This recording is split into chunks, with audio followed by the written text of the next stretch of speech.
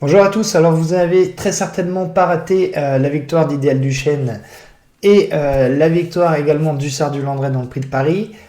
Tous deux sont des fils de Burt Parker, alors je me pose cette question, est-ce que Burt Parker est-il le meilleur étalon actuellement, bien sûr, encore en vie? Alors, d'abord, avant de voir ses qualités d'étalon, on va voir d'abord ses qualités en tant que performeur, en tant que cheval de course. Et tout d'abord, c'est un cheval qui a commencé à 2 ans sa carrière, assez tôt, au mois d'août. Et il a monté très vite les échelons pour courir assez rapidement les meilleurs de sa génération, donc dès la fin d'année de 2 ans. Et il faut savoir que c'est un cheval qui a couru jusqu'à son année de 8 ans et a été performant jusqu'à 8 ans. Donc ça, on va voir si est-ce qu'il a apporté déjà de la précocité et un peu de longévité aussi à ses produits. Donc il a commencé à l'attelage principalement et il a été assez rapidement, dès son année de 3-4 ans, il a couru des courses au trot monté où il a été, entre autres, en tout cas au début, leader de sa génération en gagnant ses 2 premiers groupes 1 sous la selle, avant de alterner trot monté, trot attelé, et puis pour revenir petit à petit de plus en plus au trot attelé, voire, et à la fin bien sûr, qu'au trot attelé. Et il faut savoir que quand il est revenu au trot attelé, il a quand même... c'est un cheval qui a gagné le critérium dès 4 ans, dans une génération qu'on dit dorée, la génération des B. Bien sûr, il y avait un immense champion, Bold Eagle, mais c'était pas le seul. Il faut savoir que il y avait bien sûr une autre gagnante de Prix d'Amérique qui est Bélina Josselin. Il y avait aussi des poulains très précoces, Brutus de Bailly, Brillantissime, notre cheval chez Philippe Allaire. J'en oublie forcément bien d'autres, mais il y avait beaucoup de très très bons chevaux. Il y avait bien sûr Booster Winner avec qui il a couru, que ce soit à l'attelage ou au trot monté. Et bien sûr aussi le crack en tout cas à cette époque au trot monté qui était Billy Billy. Donc c'est un cheval qui était extrêmement performant dans une génération extrêmement forte. Donc c'est quand même un point super positif. Il faut savoir aussi que c'est un cheval qui a eu beaucoup de performances déférées des postérieurs ou alors tout simplement ferrées. C'est un cheval quand même qui a gagné le prix de Bretagne, si je ne me trompe pas, ferré. Donc c'est une réelle performance. Ça fait forcément un peu penser à Isoar actuellement, ce qu'il a fait, aussi ferré en gagnant une des 4B. Donc voilà, c'est un cheval qui était vraiment très performant. Il avait énormément de dureté, qui avait un peu de mal, il avait beaucoup plus de dureté, donc c'est-à-dire de fond. Il était plus performant sur des longues distances que sur des courtes distances. Et il faut savoir aussi qu'il a fini sa carrière avec plus de 2 millions d'euros de gains. Voilà, comme j'ai dit, dans une génération où il était très très dur de prendre de l'argent. Donc c'était véritablement un crack. 2 millions, et c'est pas anodin.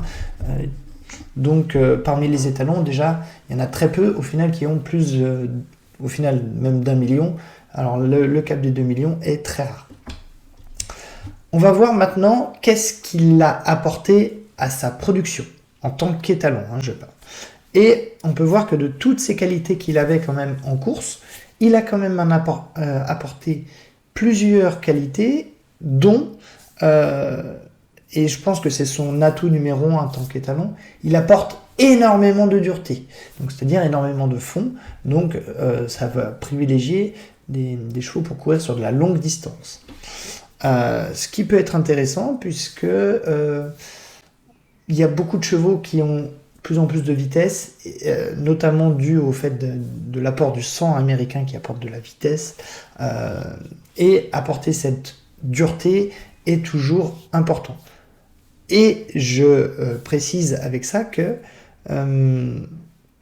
c'est un étalon qui apporte alors aussi de la longévité à ces poulains, à ces produits. Par contre, c'est pas un étalon qui va apporter de la précocité. Lui, il avait commencé à 2 ans, mais même dans sa carrière de course, il avait été bien meilleur après que début de ses 2 ans. Donc c'était pas non plus un véritable précoce, même s'il avait été performant tôt. Pour moi, c'était pas un cheval qui était précoce. Et il emmène aussi la longévité, mais pas forcément de la précocité à ses poulains. Il avait aussi alterné l'attelé et le monté, et il a aussi des très très bons résultats via ses produits, que ce soit à l'attelage et au monté. On a vu au monté bien sûr Idéal Duchesne, qui est une véritable championne. Mais voilà, à l'attelage, il a énormément de produits qui sont très très performants. Bien sûr, Iso Harvey-Daquet, Hussard du Landrais, Gamay de Letton. Voilà, il y en a beaucoup. Donc, tout ça pour dire, pour essayer de dresser un verdict. Et je vais dire que déjà, avant de dresser mon verdict, c'est un cheval un étalon qui est assez complet. Je rajouterais également que c'est des croisements, c'est pas si difficile que ça, bien qu'il ait bien sûr du sang Reddy-Cash parce que c'est un fils de Reddy-Cash, comme beaucoup maintenant, beaucoup de produits ont du sang Reddy-Cash, mais du côté de la mère, c'est plutôt des souches plutôt anciennes, avec Fakir du Vivier, Fandang Joe, et donc du coup c'est plutôt facile si vous avez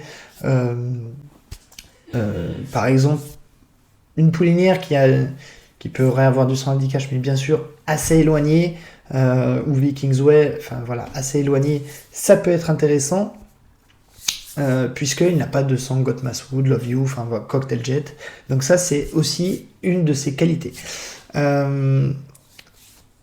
Il a pour moi, puisqu'on va essayer d'un peu de comparer, au niveau de la production, il a une production qui est forcément assez confirmée maintenant, puisque voilà, sa première génération, si je ne me trompe pas, c'était en 2016. Donc en 2016, c'était les G. Donc on a un peu de recul sur sa production. Et c'est une production qui est, pour moi, plus confirmée que FaceTime Bourbon, dans le sens où FaceTime Bourbon, bien sûr, qui est le top étalon, en tout cas au niveau budget, au niveau prix, c'est encore un jeune étalon, pour moi, qui a besoin encore de confirmer sa production au fur et à mesure des générations. Son défaut, je dirais que voilà, il n'emmène pas énormément de précocité, et c'est sûrement dû au fait que il soit génotypé AC, donc c'est un gène sur les trotteurs. Il faut savoir que les trotteurs peuvent être CC, AC ou AA, et en fait c'est un gène qui va plus ou moins favoriser le fait que les chevaux soient plus ou moins naturellement trotteurs. Donc s'ils sont AA, les poulains auront tendance à être plus précoces et plus trotteurs naturellement. AC, ça va être intermédiaire, et CC, pas du tout trotteur. Donc l'inconvénient d'avoir un étalon AC, on va dire, ça va être que il y a des chances, il y a un peu plus de chances d'avoir des poulains qui sont CC, donc pas du tout trotteurs. Sachant que s'ils sont AC, c'est pas une fin en soi, loin de là, il y a des très grands champions des étalons, enfin des gagnants de groupe qui sont AC. Mais voilà, ça fait partie quand même, on va dire, des petits défauts qu'il peut avoir. Donc mon verdict, ça serait que pour moi, il fait partie quand même du top 5 des étalons. Il n'aura pas l'influence que pourra avoir par exemple Reddy-Cash, son père, en tant qu'étalon, puisqu'il voilà, il a toujours ses petits défauts. Par contre, pour moi, il est dans la catégorie des booster winners, alors Royal Dream est un peu plus vieillissant, qui est un crack étalon, mais je pense que voilà, c'est un peu dans cette gamme-là, donc la gamme très très très très haute des étalons. Et je pense qu'il il peut marquer l'histoire en tant qu'étalon, comme il a pu marquer en tant que performeur, en tant que cheval de course. J'en profite pour vous dire que voilà, je suis courtier et conseiller en trotteur, et bien sûr, si vous avez un projet d'achat, n'hésitez pas à me contacter si vous voulez vous faire conseiller. Vous trouverez facilement mes coordonnées en description de la vidéo, notamment sur mon site internet. N'hésitez pas non plus à vous abonner à la chaîne, ça m'aide beaucoup, c'est gratuit. À liker la vidéo, c'est également gratuit, ça m'aide beaucoup aussi. Et moi je vous dis à bientôt sur les hippodromes pour de nouvelles vidéos. Allez, salut!